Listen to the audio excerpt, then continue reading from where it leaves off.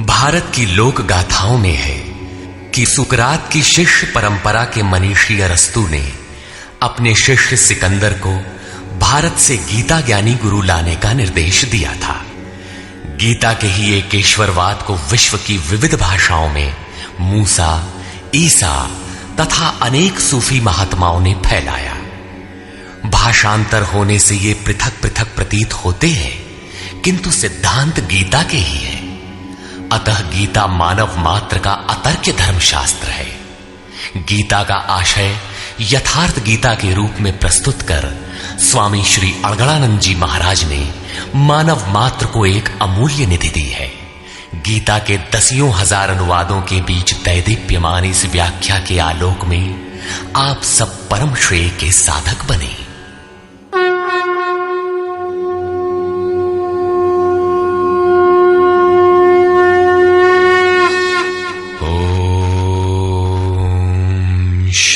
परमात्मने नमः। यथार्थ गीता, श्रीमद् भगवत गीता, अथ षष्ठोऽध्याय। संसार में धर्म के नाम पर रीति रिवाज, पूजा पद्धतियों, संप्रदायों का बाहुल्य होने पर कुरीतियों का शमन करके एक ईश्वर की स्थापना एवं उसकी प्राप्ति की प्रक्रिया को प्रशस्त करने के लिए किसी महापुरुष का आविर्भाव होता है। क्रियाओं को छोड़कर बैठ जाने और ज्ञानी कहलाने की रूढ़ि कृष्ण काल में अत्यंत व्यापक थी। इसलिए इस अध्याय के प्रारंभ में ही योगेश्वर श्री कृष्ण ने इस प्रश्न को चौथी बार स्वयं उठाया कि ज्ञान योग तथा निष्काम कर्म योग दोनों के अनुसार कर्म करना ही होगा। श्री भगवान वाच।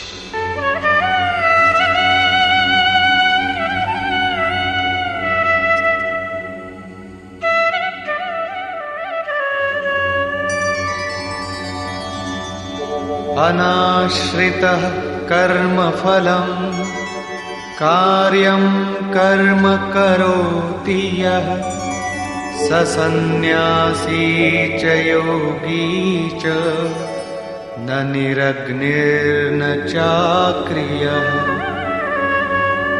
श्री कृष्ण महाराज बोले, अर्जुन, कर्म फल के आश्रय से रहित होकर अर्थात कर्म करते समय किसी प्रकार की कामना न रखते हुए जो कार्यम कर्म करने योग्य प्रक्रिया विशेष को करता है वही सन्यासी है, वही योगी है।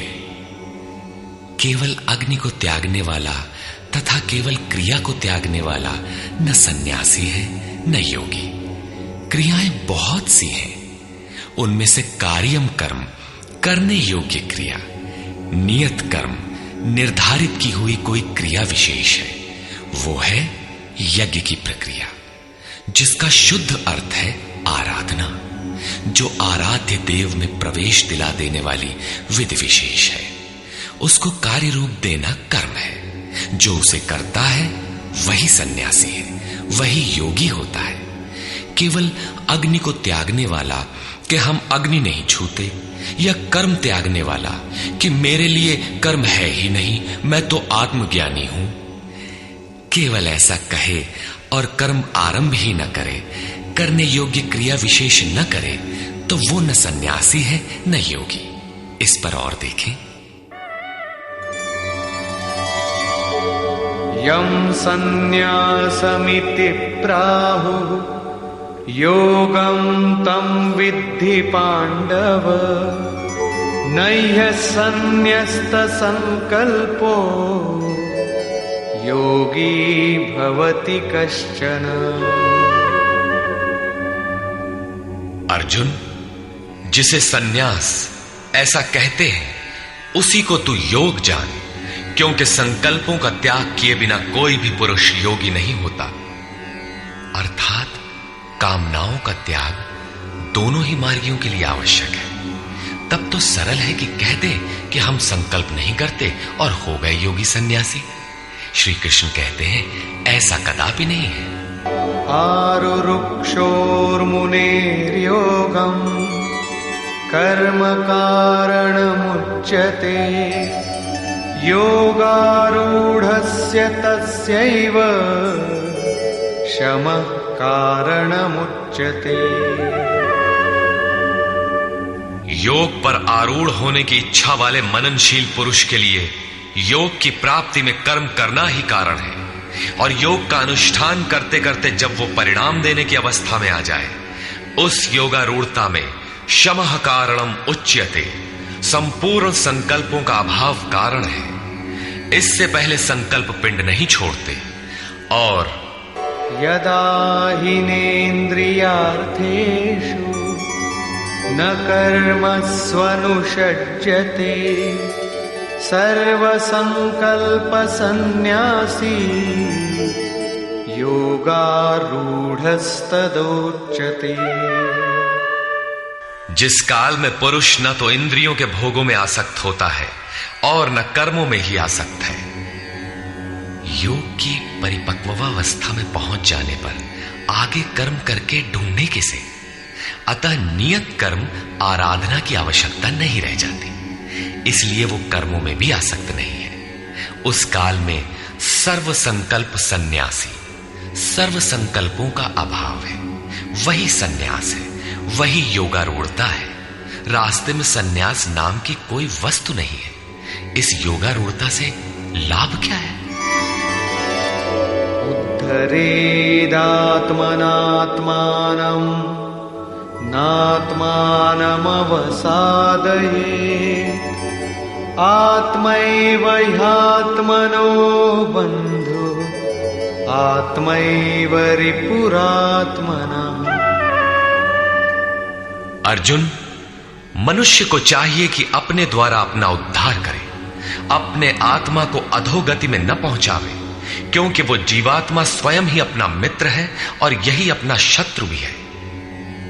कब ये शत्रु होता है और कब मित्र, इस पर कहते हैं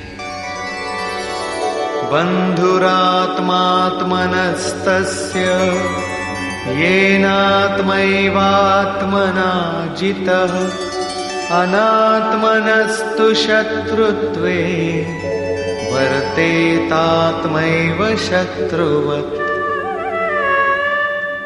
जिस जीवात्मा द्वारा मन और इंद्रियों सहित शरीर जीता हुआ है, उसके लिए उसी का जीवात्मा मित्र है, और जिसके द्वारा मन और इंद्रियां सहित शरीर नहीं जीता गया है, उसके लिए वो स्वयं शत्रुता में बरतता है। इन दो श्लोकों में श्री कृष्ण एक ही बात कहते हैं कि अपने द्वारा अपने आत्मा का उद्धार करें, उसे अधोगति में न पहुंचाएं, क्योंकि आत्मा ही मित्र है।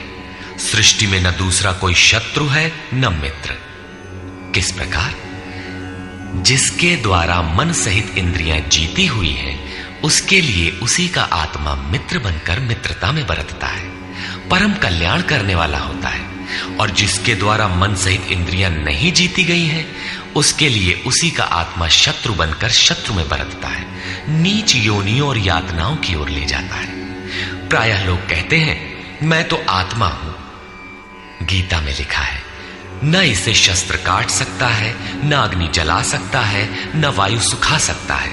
ये नित्य है, अमृत स्वरूप है, न बदलने वाला है, शाश्वत है, और वो आत्मा मुझ में है। वे गीता की इन पंक्तियों पर ध्यान नहीं देते कि आत्मा अधोगति में भी जाता है, आत्मा का उद्धार भी होता है, जिसके लिए कार्यम कर्म करने योग्य प्रक्रिया बताई गई है। अब अनुकूल आत्मा के लक्षण देखें।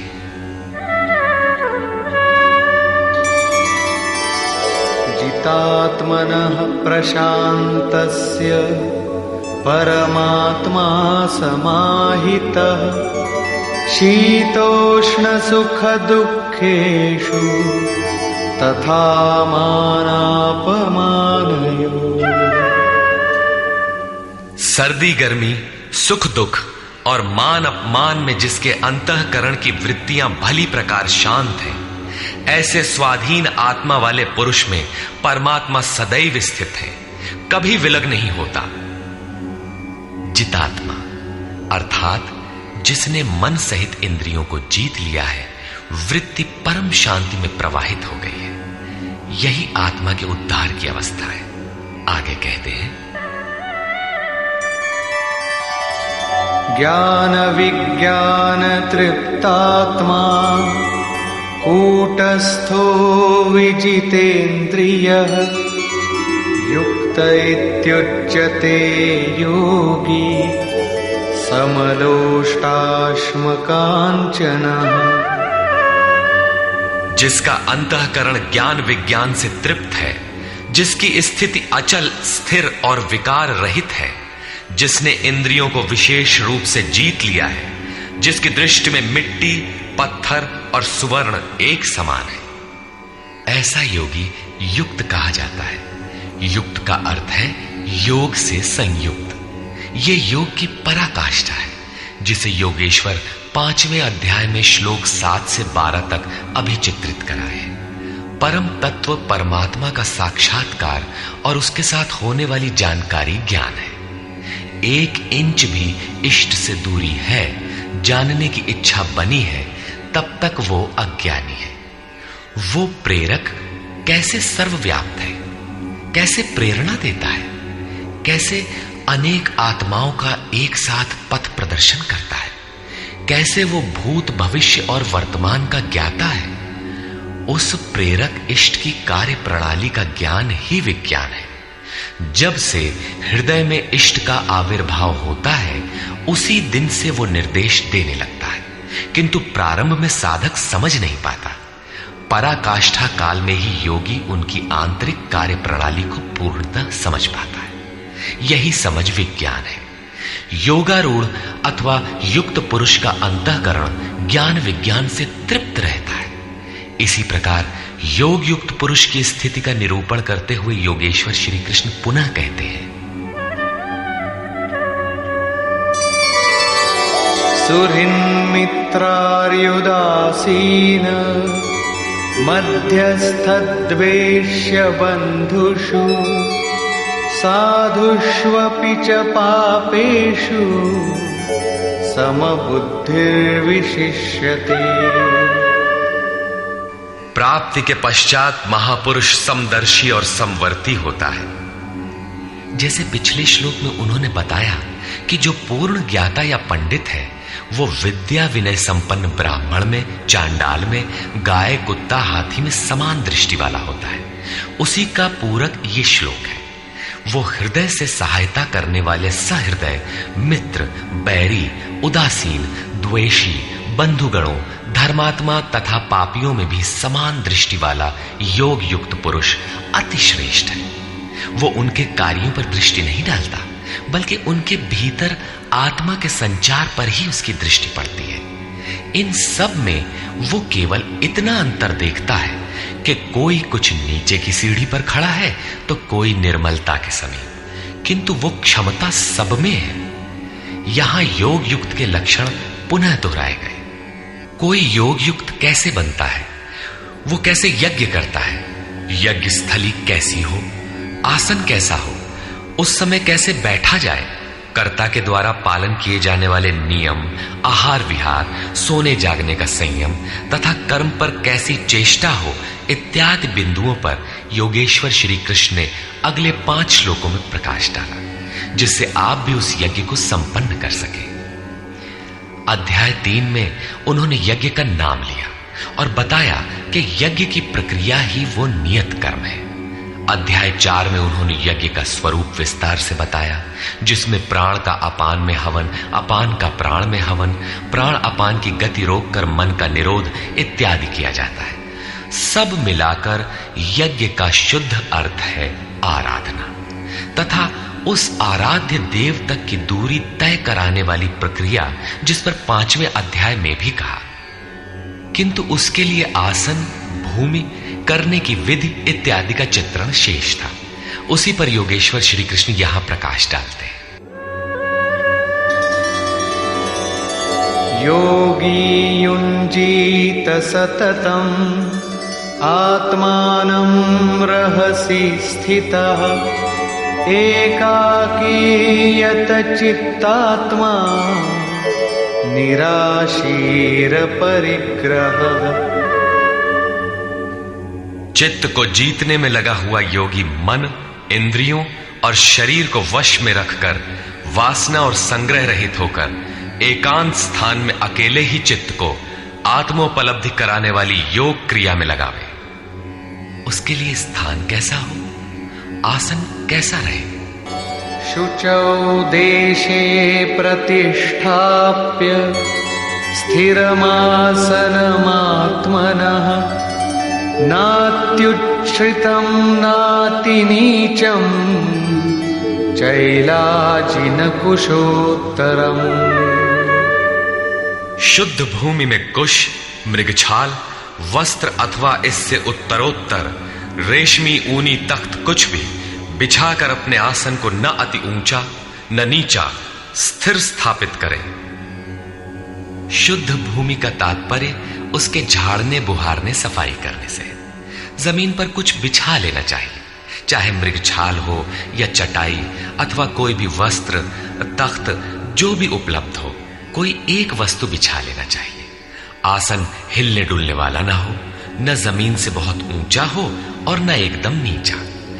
पूज्य महाराज जी लगभग 5 इंच ऊंचे आसन पर बैठते थे। एक बार भाविकों ने लगभग 1 फीट ऊंचा संगमरमर का एक तख्त मंगा दिया। महाराज जी एक दिन तो बैठे, फिर बोले, नहीं हो, बहुत ऊंचा हो गया, ऊंचे नहीं बैठे के चाही साधु के, अभिमान हो ही जावा करत है। नीचे हूं न बैठे के चाही, हीनता आवत है, अपने से घृणा आवत है। बस उसको उठवाया और जंगल में एक बगीचा था, वहां रखवा दिया।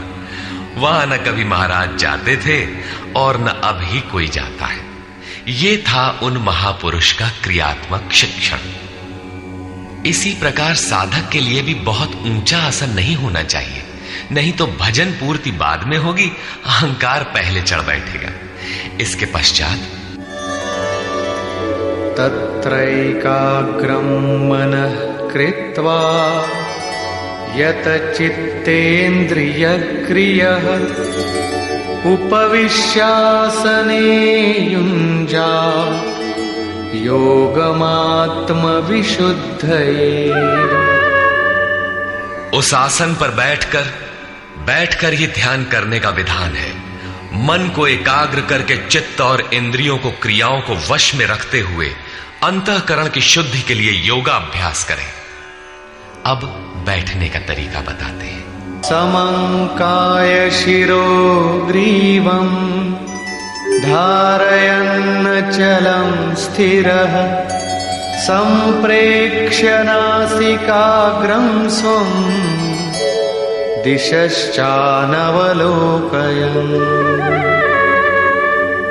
शरीर, गर्दन और सिर को सीधा, अचल, स्थिर करके जैसे कोई पटरी खड़ी कर दी गई हो, इस प्रकार सीधा दृढ़ होकर बैठ जाए और अपनी नासिका के अग्रभाग को देखकर, नासिका की नोक देखते रहने का निर्देश नहीं है, बल्कि सीधे बैठने पर नाक के सामने जहां दृष्टि पड़ती है वहां दृष्टि रहे।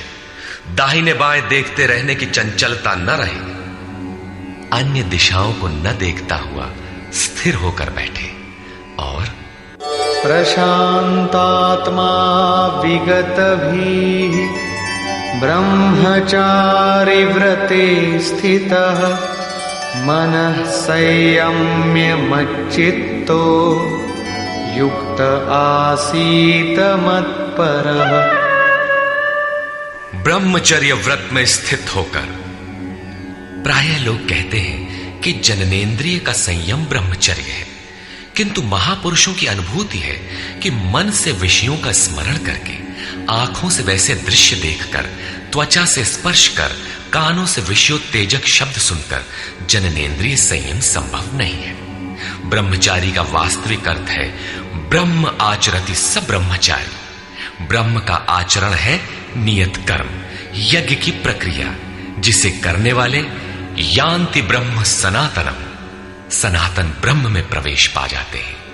इसे करते समय स्पर्शान कृत्वा बहिर्बाह्यान, बाहर के स्पर्श, मन और सभी इंद्रियों के स्पर्श बाहर ही त्याग कर चित्त को ब्रह्म चिंतन में, श्वास प्रश्वास में ध्यान में लगाना है।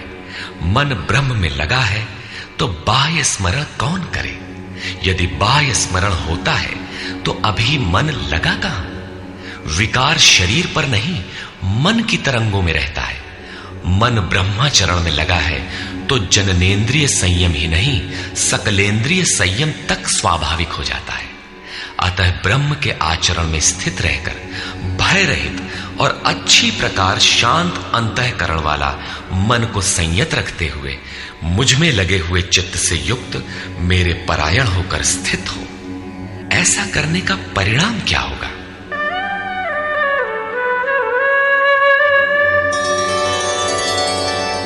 युञ्जन्नेवं सदात्मानं योगी नियतमानसः शान्तिं निर्वाण परमा मत्संस्थामधिगच्छति। इस प्रकार अपने आप को निरंतर उसी चिंतन में लगाता हुआ संयत मन वाला योगी मेरे में स्थित रूपी पराकाष्ठा वाली शांति को प्राप्त होता है। इसलिए अपने को निरंतर कर्म में लगाए। यहां यह प्रश्न पूर्ण प्राय है। अगले 2 श्लोकों में वे बताते हैं कि परमानंद वाली शांति के लिए शारीरिक संयम, युक्ताहार, विहार भी आवश्यक है। नात्यश्नतस्तु योगोऽस्ति न चैकान्तमनश्नतः न चाति स्वप्नशीलस्य जाग्रतो नैव चार्जुन।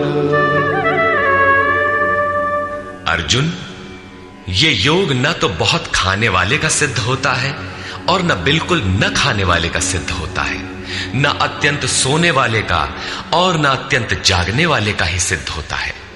तब किसका सिद्ध होता है? युक्ताहार विहारस्य युक्तचेष्टस्य कर्मसु युक्तस्वप्नावबोधस्य योगो भवति दुःखः। दुखों का नाश करने वाला ये योग उचित आहार विहार, कर्मों में उपयुक्त चेष्टा और संतुलित शयन जागरण करने वाले का ही पूर्ण होता है। अधिक भोजन करने से आलस्य, निद्रा और प्रमाद घेरेंगे, तब साधना नहीं होगी। भोजन छोड़ देने से इंद्रियां क्षीण हो जाएंगी, अचल स्थिर बैठने की क्षमता नहीं रहेगी। पूज्य महाराज जी कहते थे कि खुराक से 1.5-2 रोटी कम खाना चाहिए। विहार अर्थात साधन के अनुकूल विचरण, कुछ परिश्रम भी करते रहना चाहिए। कोई कार्य ढूंढ लेना चाहिए, अन्यथा रक्त संचार शिथिल पड़ जाएगा, रोग घेर लेंगे। सोना और जागना आयु, आहार और अभ्यास से घटता बढ़ता है। महाराज जी कहा करते थे, योगी को 4 घंटे सोना चाहिए और अनवरत चिंतन में लगे रहना चाहिए। हट करके न सोने वाले शीघ्र पागल हो जाते हैं। कर्मों में उपयुक्त चेष्टा भी हो, अर्थात नियत कर्म आराधना के अनुरूप निरंतर प्रयत्नशील हो। बाह्य विषयों का स्मरण न कर सदैव उसी में लगे रहने वाले का ही योग सिद्ध होता है। साथ ही यदा विनियतं चित्तं आत्मन्येवावतिष्ठते निःस्पृहः सर्वकामेभ्यो युक्त इत्युच्यते तदा। इस प्रकार योग के अभ्यास से विशेष रूप से वश में किया हुआ चित्त जिस काल में परमात्मा में भली प्रकार स्थित हो जाता है, विलीन सा हो जाता है, उस काल में संपूर्ण कामनाओं से रहित हुआ पुरुष योग युक्त कहा जाता है। अब विशेष जीते हुए चित्त के लक्षण क्या है? यथा दीपो निवातस्थो नेङ्गते सोपमा स्मृता योगिनो यतचित्तस्य युञ्जतो योगमात्मनः। जिस प्रकार वायु रहित स्थान में रखा गया दीपक चलायमान नहीं होता, लौ सीधे ऊपर जाती है, उसमें कंपन नहीं होता, यही उपमा परमात्मा के ध्यान में लगे हुए योगी के जीते हुए चित्त की दी गई है। दीपक तो उदाहरण मात्र है। आजकल दीपक का प्रचलन शिथिल पड़ रहा है। अगरबत्ती ही जलाने पर धुआं सीधे ऊपर जाता है यदि वायु में वेग ना हो। यह योगी के जीते हुए चित्त का एक उदाहरण मात्र है। अभी चित्त भले ही जीता गया है, निरोध हो गया है, किंतु अभी चित्त है। जब निरुद्ध चित्त का भी विलय हो जाता है तब कौन सी विभूति मिलती है, देखें। यत्रो परमते चित्तम निरुद्धं योग सेवया यत्र चैवात्मनात्मानं पश्यन्नात्मनि तुष्यति। जिस अवस्था में योग के अभ्यास से बिना अभ्यास के कभी निरोध नहीं होगा, अतः योग अभ्यास से निरुद्ध हुआ चित्त भी उपराम हो जाता है, विलय हो जाता है, मिट जाता है। उस अवस्था में आत्मना, अपनी आत्मा के द्वारा, आत्मानम, परमात्मा को देखता हुआ, आत्मनि एव, अपने आत्मा में ही संतुष्ट अपनी ही आत्मा से होता है। क्योंकि प्राप्ति काल में तो परमात्मा का साक्षात्कार होता है, किंतु दूसरे ही क्षण वो अपने ही आत्मा को उन शाश्वत ईश्वरीय विभूतियों से ओतप्रोत पाता है। ब्रह्म अजर, अमर, शाश्वत, अव्यक्त और अमृत स्वरूप है, तो इधर आत्मा भी अजर, अमर, शाश्वत, अव्यक्त और अमृत स्वरूप है तो, किंतु अचिंत्य भी है। जब तक चित्त और चित्त की लहर है तब तक वो आपके उपभोग के लिए नहीं है। चित्त का निरोध और निरुद्ध चित्त के विलय काल में परमात्मा का साक्षात्कार होता है और दर्शन के ठीक दूसरे क्षण उन्हीं ईश्वरीय गुण धर्मों से युक्त ही अपने आत्मा को पाता है। इसलिए वो अपने ही आत्मा में संतुष्ट होता है। यही उसका स्वरूप है, यही पराकाष्ठा है। इसी का पूरक अगला श्लोक देखें।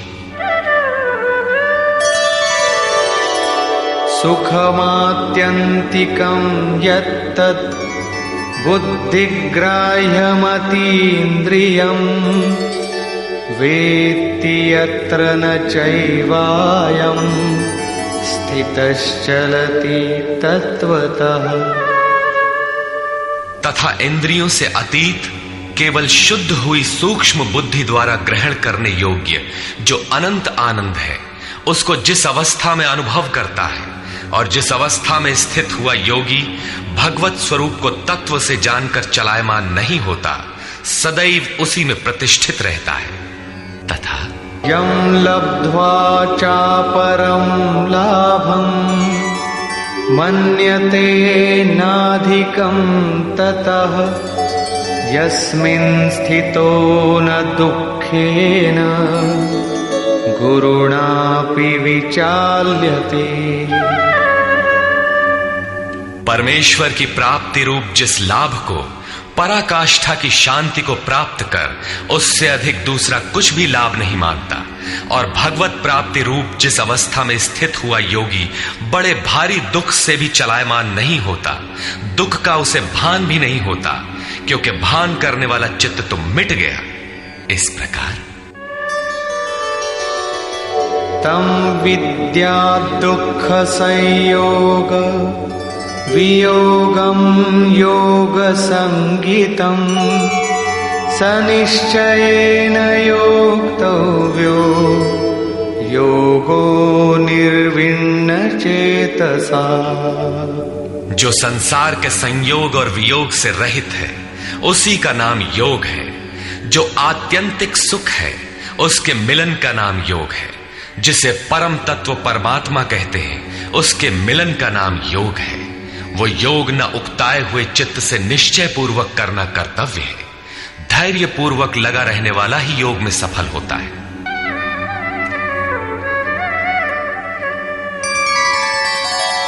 संकल्प प्रभवान कामान त्यक्त्वा सर्वान् शेषतः मनसैवेन्द्रियग्रामं विनियम्य समन्ततः।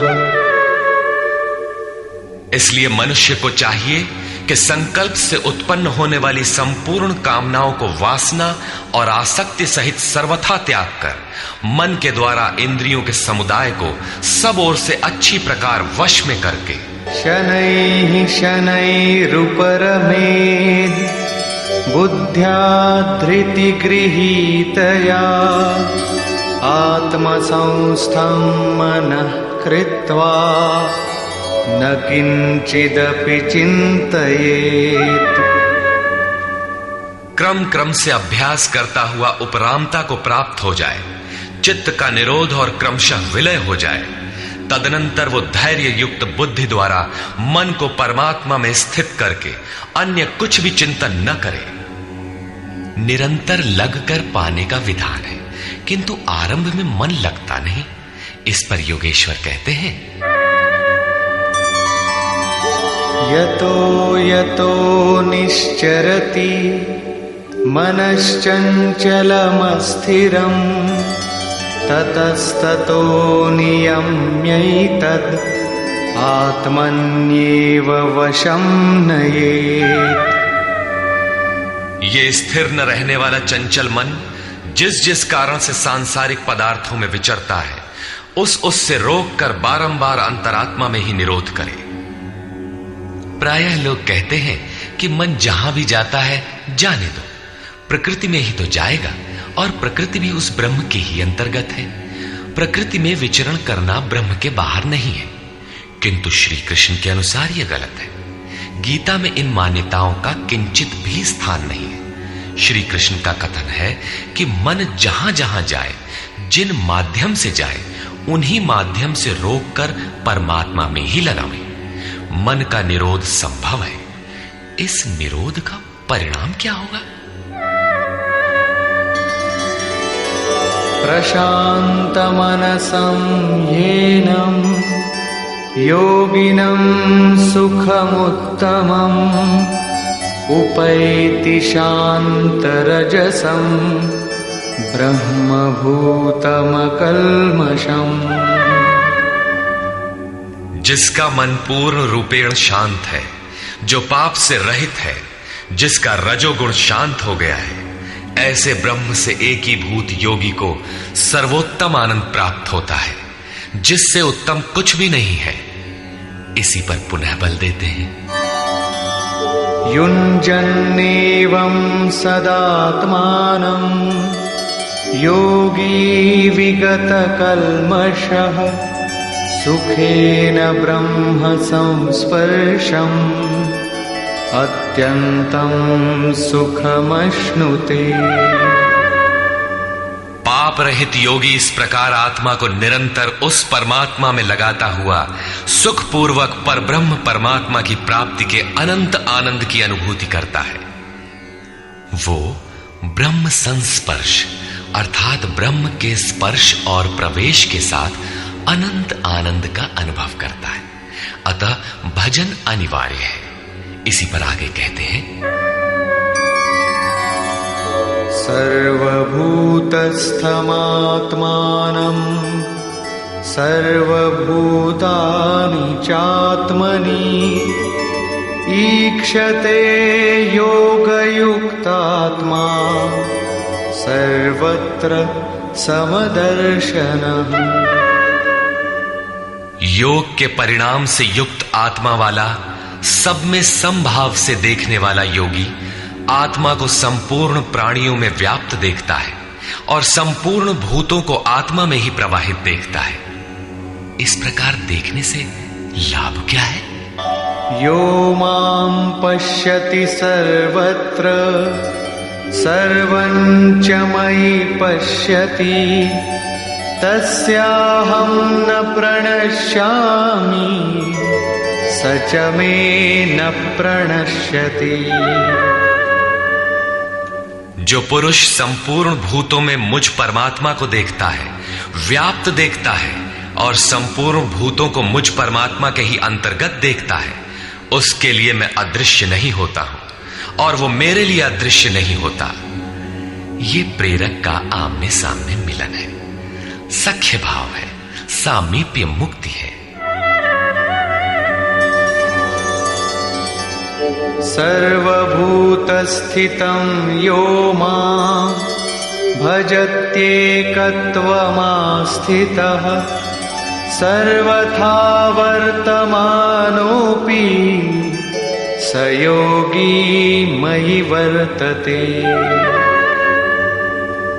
जो पुरुष अनेकता से परे उपर्युक्त एकत्व भाव से मुझ परमात्मा को भजता है, वो योगी सब प्रकार के कार्यों में बरतता हुआ मेरे में ही बरतता है, क्योंकि मुझे छोड़कर उसके लिए कोई बचा भी तो नहीं। उसका तो सब मिट गया, इसलिए वो अब उठता बैठता जो कुछ भी करता है मेरे संकल्प से करता है।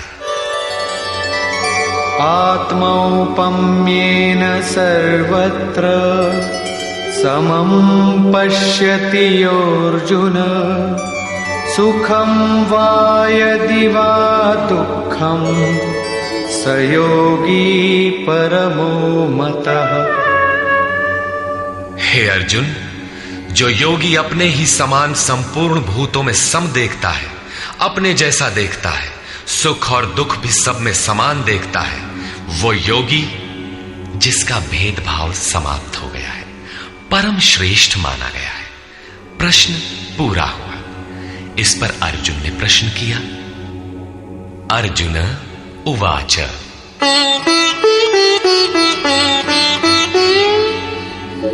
योऽयं योगस्त्वया प्रोक्तः साम्येन मधुसूदन एतस्याहं न पश्यामि चञ्चलत्वात् स्थितिं स्थिराम्। हे मधुसूदन, ये योग जो आप पहले बता आए हैं, जिससे समत्व भाव दृष्टि मिलती है, मन के चंचल होने से बहुत समय तक इसमें ठहरने वाली स्थिति में मैं अपने को नहीं देखता। चंचलं हि मनः कृष्ण प्रमाथि बलवदृढम् तस्याहं निग्रहं मन्ये वायोरिव सुदुष्करम्। हे श्री कृष्ण, ये मन बड़ा चंचल है, प्रमथन स्वभाव वाला है, अर्थात दूसरे को मत डालने वाला हठी तथा बलवान है। इसलिए इसे वश में करना मैं वायु की भांति अति दुष्कर मानता हूं। तूफानी हवा और इसको रोकना बराबर है। इस पर योगेश्वर श्री कृष्ण कहते हैं, श्री भगवान उवाच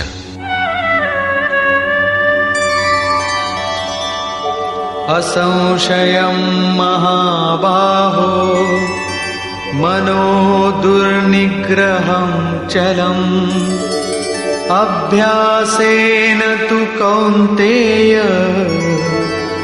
वैराग्येण च गृह्यते।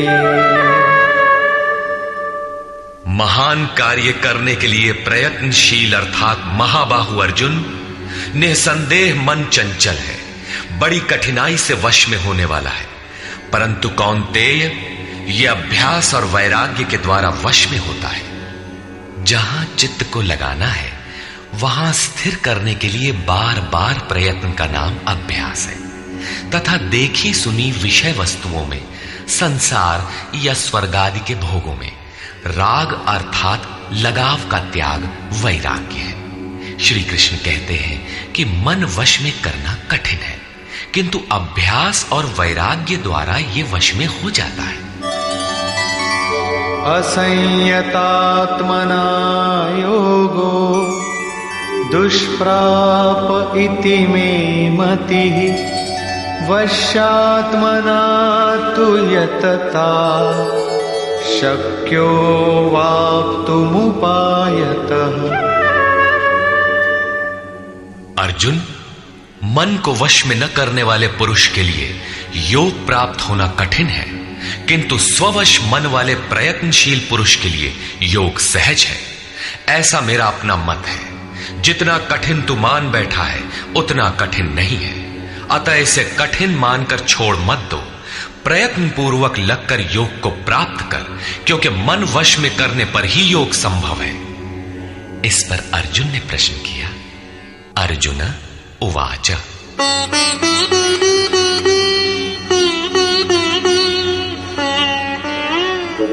अयति श्रद्धयोपेतो योगाच्चलितमानसः अप्राप्य योगसंसिद्धिं कां गतिं कृष्ण गच्छति। योग करते करते यदि किसी का मन चलायमान हो जाए, यद्यपि अभी योग में उसको श्रद्धा है ही, तो ऐसा पुरुष भगवत सिद्धि को प्राप्त न होकर किस गति को पाता है? कच्चिन्नो भय विभ्रष्टः छिन्नाभ्रमिव नश्यति अप्रतिष्ठो महाबाहो विमूढ़ो ब्रह्मणः पथि। महाबाहु श्री कृष्ण, भगवत प्राप्ति के मार्ग से विचलित हुआ वो मोहित पुरुष छिन्न भिन्न बादल की भांति दोनों ओर से नष्ट भ्रष्ट तो नहीं होता। छोटी सी बदली आकाश में छाए तो वो न बरस पाती है, न लौटकर मेघों से ही मिल पाती है, बल्कि हवा के झोंकों से देखते देखते नष्ट प्राय हो जाती है। उसी प्रकार शिथिल प्रयत्न वाला, कुछ काल तक साधन करके स्थगित करने वाला नष्ट तो नहीं हो जाता। वो न आप में प्रवेश कर सका और न भोग ही भोग पाया, उसकी कौन सी गति होती है?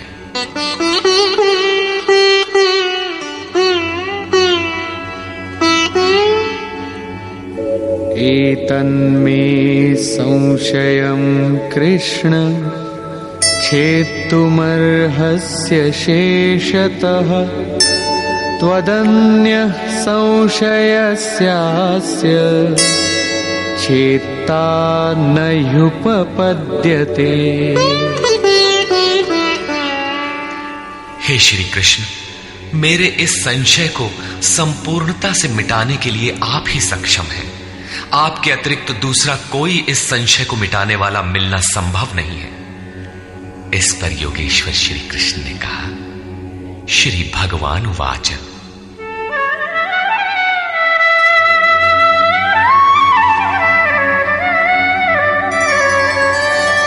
पार्थ नैवेह नामुत्र विनाशस्तस्य विद्यते न हि कल्याणकृत् कश्चित् दुर्गतिं तात गच्छति।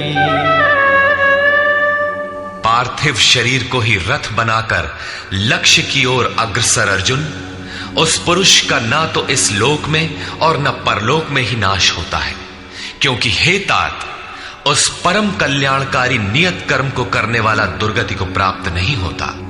उसका होता क्या है? प्राप्य पुण्यकृतान् लोकान् उषित्वा शाश्वती समाः शुचीनां श्रीमतां गेहि योगभ्रष्टोऽभिजायते। मन चलायमान होने से योग भ्रष्ट हुआ वो पुरुष पुण्यवानों के लोकों में वासनाओं को भोग कर, जिन वासनाओं को लेकर वो योग भ्रष्ट हुआ था, भगवान उसे थोड़े में सब दिखा सुना देते हैं। उन्हें भोग कर वो शुचि नाम श्रीमताम, शुद्ध आचरण वाले श्रीमान पुरुषों के घर में जन्म लेता है। जो शुद्ध आचरण वाले हैं वही श्रीमान है।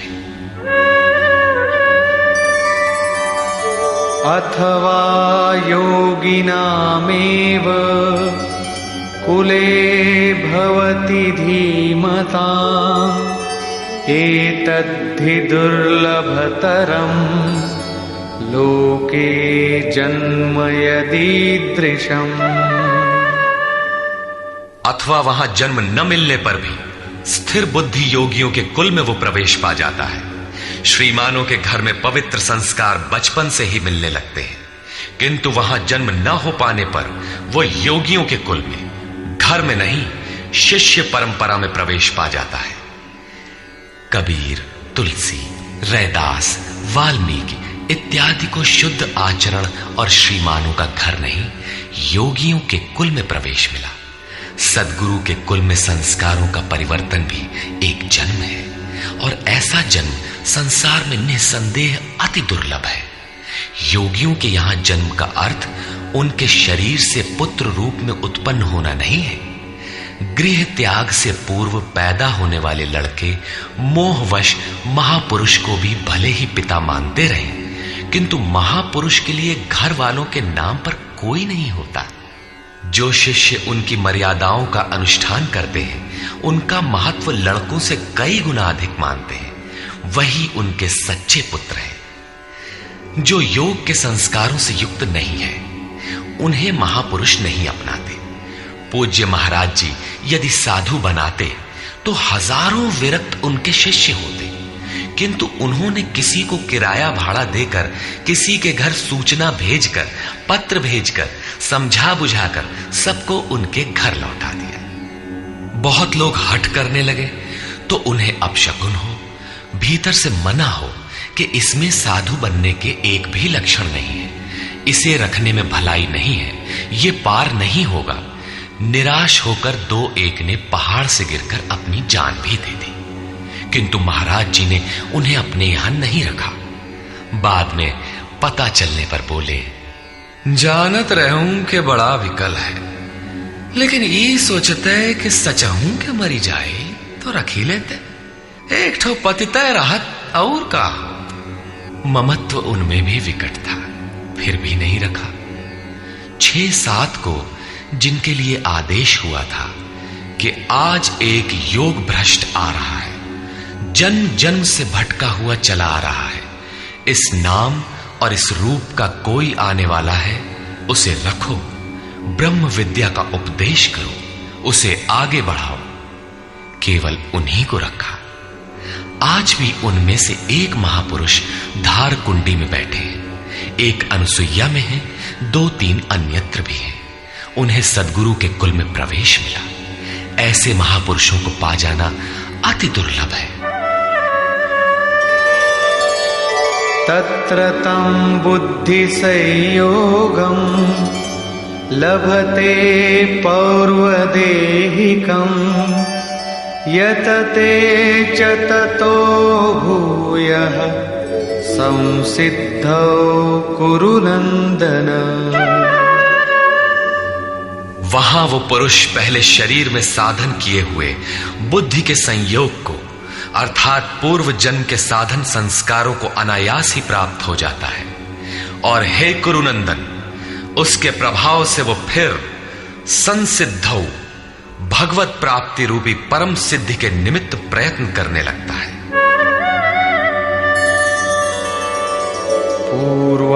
पूर्वाभ्यासेन तेनैव ह्रियते ह्यवशोऽपि सः जिज्ञासुरपि योगस्य शब्द ब्रह्माति वर्तते।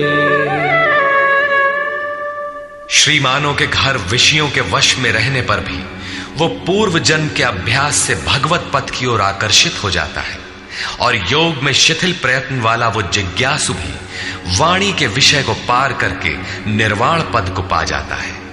उसकी प्राप्ति का यही तरीका है, कोई एक जन्म में पाता भी नहीं। प्रयत्नाद्यतमानस्तु योगी संशुद्ध किल्बिषः अनेक जन्म संसिद्धः ततो याति परां गतिम्। अनेक जन्मों से प्रयत्न करने वाला योगी परम सिद्धि को प्राप्त हो जाता है। प्रयत्न पूर्वक अभ्यास करने वाला योगी सभी पापों से अच्छी प्रकार शुद्ध होकर परम गति को प्राप्त हो जाता है। प्राप्ति का यही क्रम है। पहले शिथिल प्रयत्न से यह योग आरंभ होता है, मन चलायमान होने पर जन्म लेता है, सद्गुरु के कुल में प्रवेश पाता है और प्रत्येक जन्म में अभ्यास करते हुए वहीं पहुंच जाता है जिसका नाम परम गति, परम धाम है। योगेश्वर श्री कृष्ण ने कहा था कि इस योग में बीज का नाश नहीं होता। आप 2 कदम चल भर दें, उस साधन का कभी नाश नहीं होता। हर परिस्थिति में रहते हुए पुरुष ऐसा कर सकता है। कारण कि थोड़ा साधन तो परिस्थितियों में घिरने वाला व्यक्ति ही कर पाता है, क्योंकि उसके पास समय नहीं है। आप काले हो, गोरे हो अथवा कहीं के हो, गीता सबके लिए है, आपके लिए भी है, बशर्ते आप मनुष्य हो। उत्कट प्रयत्न वाला चाहे जो हो, किंतु शिथिल प्रयत्न वाला गृहस्थ ही होता है। गीता गृहस्थ, विरक्त, शिक्षित, अशिक्षित, सर्वसाधारण मनुष्य मात्र के लिए है, किसी साधु नामक विचित्र प्राणी के लिए ही नहीं।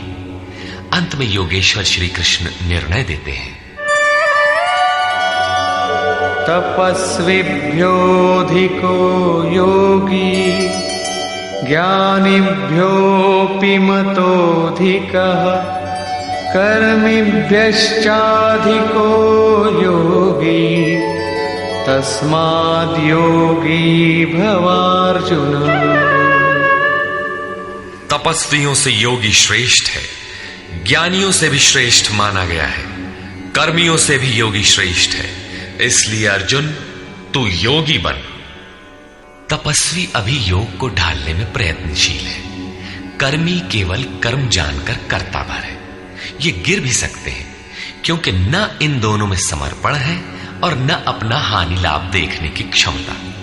किंतु ज्ञानी योग की परिस्थितियों को जानता है, अपनी शक्ति समझता है, उसकी जिम्मेदारी उसी पर है। और निष्काम कर्मयोगी तो इष्ट के ऊपर अपने को फेंक चुका है, वो इष्ट संभालेगा। परम कल्याण के पथ पर ये दोनों ठीक चलते हैं, किंतु जिसका भार वो इष्ट संभालता है वो इन सब में श्रेष्ठ है, क्योंकि प्रभु ने उसे ग्रहण कर लिया है। उसका हानि लाभ वो प्रभु देखता है, इसलिए योगी श्रेष्ठ है। इसलिए अर्जुन, तू योगी बन, समर्पण के साथ योग का आचरण कर। योगी श्रेष्ठ है, किंतु उनसे भी वो योगी सर्वश्रेष्ठ है जो अंतरात्मा से लगता है। इसी पर कहते हैं, योगिनामपि सर्वेषां मद्गतेनान्तरात्मना श्रद्धावान् भजते यो मां समे युक्ततमो मतः। संपूर्ण निष्काम कर्म योगियों में भी जो श्रद्धा विभोर होकर अंतरात्मा से, अंतर चिंतन से मुझे निरंतर भजता है, वो योगी मुझे परम श्रेष्ठ मान्य है। भजन दिखावे या प्रदर्शन की वस्तु नहीं है। इससे समाज भले ही अनुकूल हो, किंतु प्रभु प्रतिकूल हो जाते हैं। भजन अत्यंत गोपनीय है, वो अंतःकरण से होता है, उसका उतार चढ़ाव अंतःकरण के ऊपर है। निष्कर्ष, इस अध्याय के आरंभ में योगेश्वर श्री कृष्ण ने कहा कि फल के आश्रय से रहित होकर जो कार्यम कर्म अर्थात करने योग्य प्रक्रिया विशेष का आचरण करता है वही सन्यासी है, और उसी कर्म को करने वाला ही योगी है। केवल क्रियाओं अथवा अग्नि को त्यागने वाला योगी अथवा सन्यासी नहीं होता। संकल्पों का त्याग किए बिना कोई भी पुरुष सन्यासी अथवा योगी नहीं होता। हम संकल्प नहीं करते, ऐसा कह देने मात्र से संकल्प पिंड नहीं छोड़ते। योग में आरूढ़ होने की इच्छा वाले पुरुष को चाहिए कि कार्यम कर्म करे, और करते करते योगारूढ़ हो जाने पर सर्व संकल्पों का अभाव होता है, इसके पूर्व नहीं। सर्व संकल्पों का अभाव ही संन्यास है। योगेश्वर ने पुनः बताया कि आत्मा अधोगति में जाता है और उसका उद्धार भी होता है। जिस पुरुष द्वारा मन सहित इंद्रियां जीत ली गई हैं, उसका आत्मा उसके लिए मित्र बनकर मित्रता में बरतता है तथा परम कल्याण करने वाला होता है। जिसके द्वारा ये नहीं जीती गई, उसके लिए उसी का आत्मा शत्रु बनकर शत्रुता में बरतता है, यातनाओं का कारण बनता है। अतः मनुष्य को चाहिए कि अपने आत्मा को अधोगति में न पहुंचावे, अपने द्वारा अपनी आत्मा का उद्धार करे। उन्होंने प्राप्ति वाले योगी की रहनी बताई। यज्ञ स्थली, बैठने का आसन तथा बैठने के तरीके पर उन्होंने कहा कि स्थान एकांत और स्वच्छ हो, वस्त्र मृग चर्म अथवा कुश की चटाई में से कोई एक आसन हो। कर्म के अनुरूप चेष्टा, युक्ताहार विहार, सोने जागने के संयम पर उन्होंने बल दिया। योगी के निरुद्ध चित्त की उपमा उन्होंने वायु रहित स्थान में दीपक की अकंपित लौ से दी, और इस प्रकार उस निरुद्ध चित्त का भी जब विलय हो जाता है, उस समय वह योग की पराकाष्ठा अनंत आनंद को प्राप्त होता है। संसार के संयोग वियोग से रहित अनंत सुख का नाम योग है। योग का अर्थ है उससे मिलन। जो योगी इसमें प्रवेश पा जाता है, वह संपूर्ण भूतों में समदृष्टि वाला हो जाता है। जैसे अपनी आत्मा वैसे ही सबकी आत्मा को देखता है। वह परम पराकाष्ठा की शांति को प्राप्त होता है। अतः योग आवश्यक है। मन जहां जहां जाए वहां वहां से घसीटकर बारंबार इसका निरोध करना चाहिए। श्री कृष्ण ने स्वीकार किया कि मन बड़ी कठिनाई से वश में होने वाला है, लेकिन होता है। यह अभ्यास और वैराग्य द्वारा वश में हो जाता है। शिथिल प्रयत्न वाला व्यक्ति भी अनेक जन्म के अभ्यास से वहीं पहुंच जाता है जिसका नाम परम गति अथवा परम धाम है। तपस्वियों, ज्ञान मार्गियों तथा केवल कर्मियों से योगी श्रेष्ठ है। इसलिए अर्जुन, तू योगी बन। समर्पण के साथ अंतर मन से योग का आचरण कर। प्रस्तुत अध्याय में योगेश्वर श्री कृष्ण ने प्रमुख रूप से योग की प्राप्ति के लिए अभ्यास पर बल दिया है। अतः ओम तत्सदिति श्रीमद् भगवद गीता सूपनिषत्सु ब्रह्म विद्यायाम योग शास्त्रे श्री कृष्णा अर्जुन संवादे अभ्यास योगो नाम षष्ठोऽध्यायः। इस प्रकार स्वामी अड़गड़ानंद कृत श्रीमद् भगवद गीता के भाष्य यथार्थ गीता का छठा अध्याय पूर्ण होता है। हरि ओम तत्सत।